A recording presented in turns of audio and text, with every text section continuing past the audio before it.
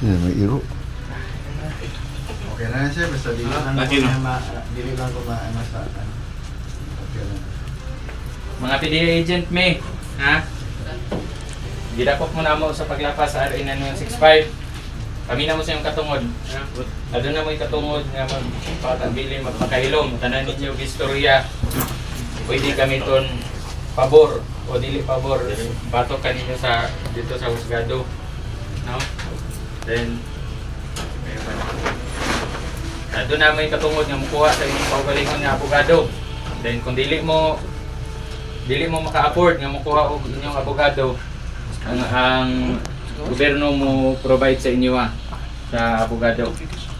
Then ado na may katungod nga magpatan-aw sa usa ka doktor sa bahin sa inyo ang kuan, sa inyo ang physical kuan ninyo kung naba mo yung mga gibati, no?